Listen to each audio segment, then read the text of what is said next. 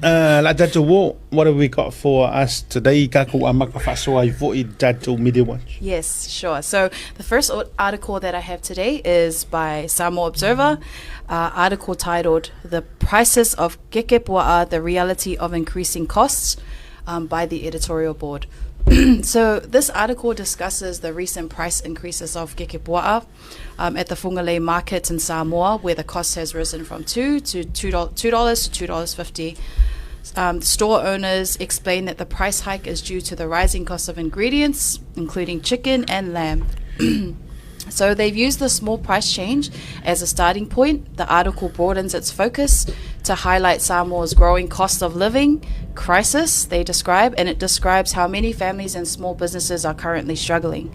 Then they go to address the ongoing public sector financial crisis, with government workers, including civil servants, not receiving their pays, which I'm sure some of you have seen online.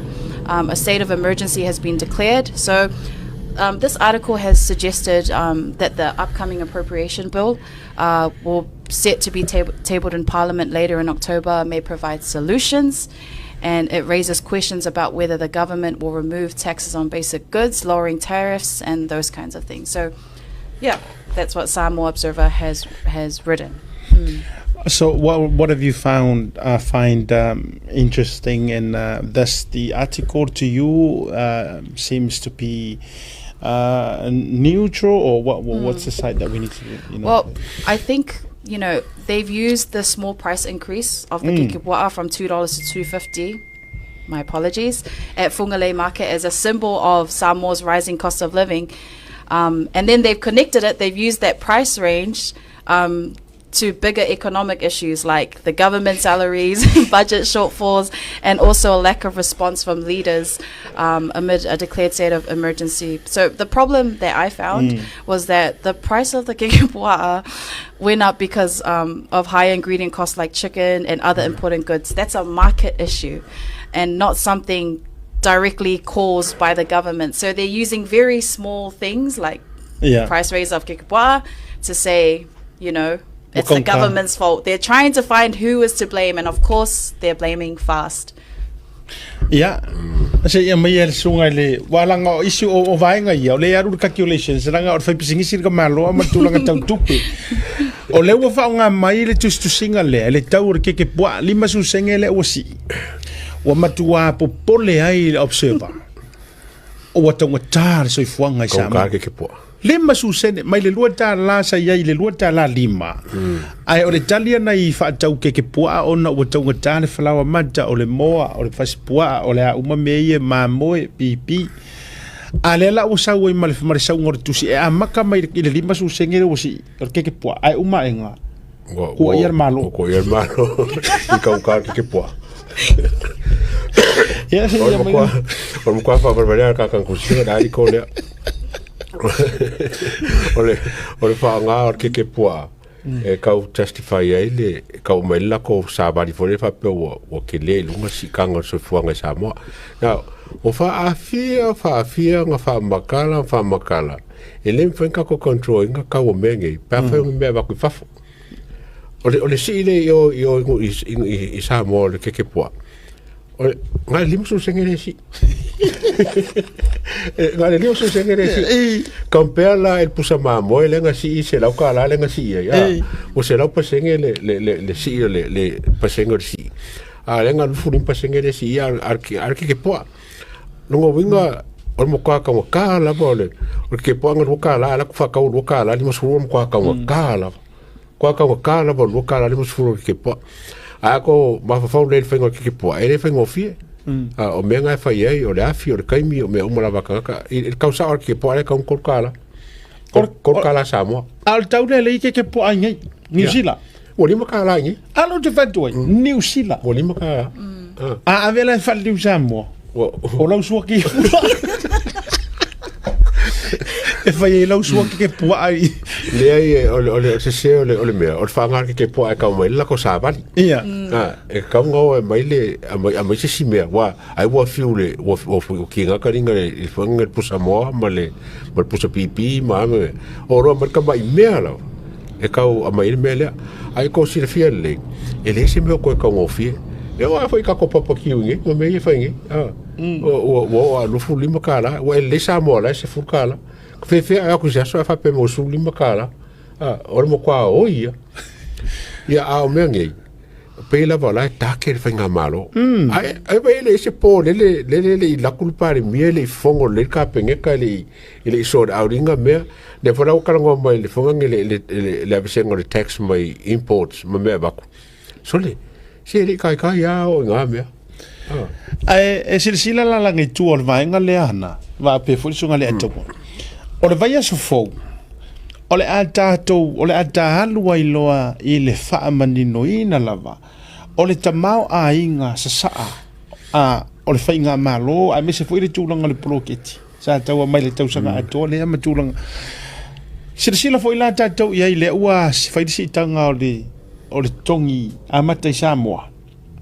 Eu fai si tanga le fia. Ono tala. O kala. Mai le fia. Ile dua kala di masu senge por ko kala sa yai. O kawayo kako kekepuaa. O le vanga e kaule. Oi.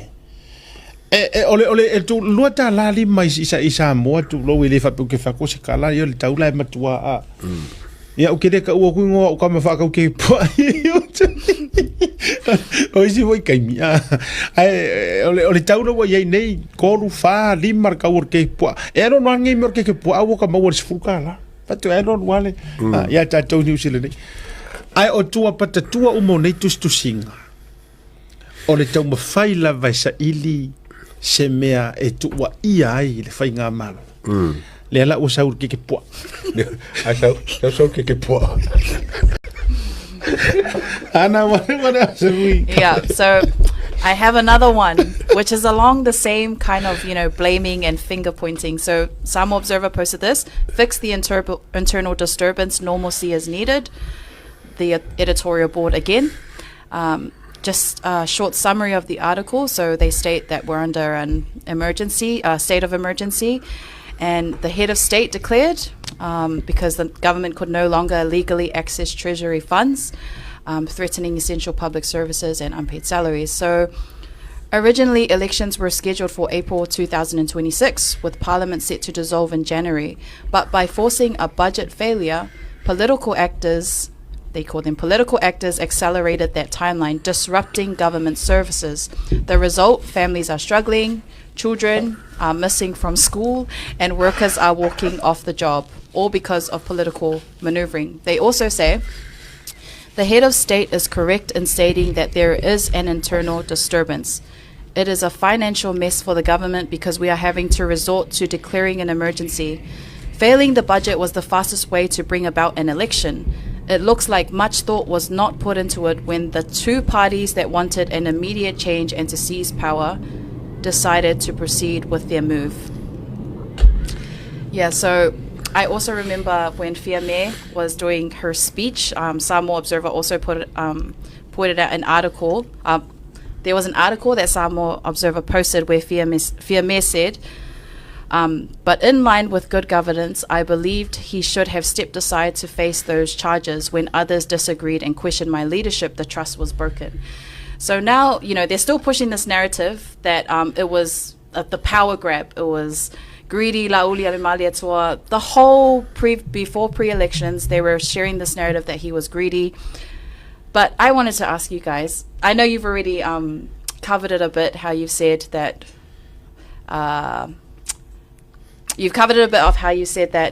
they're trying to push the blame onto FAST.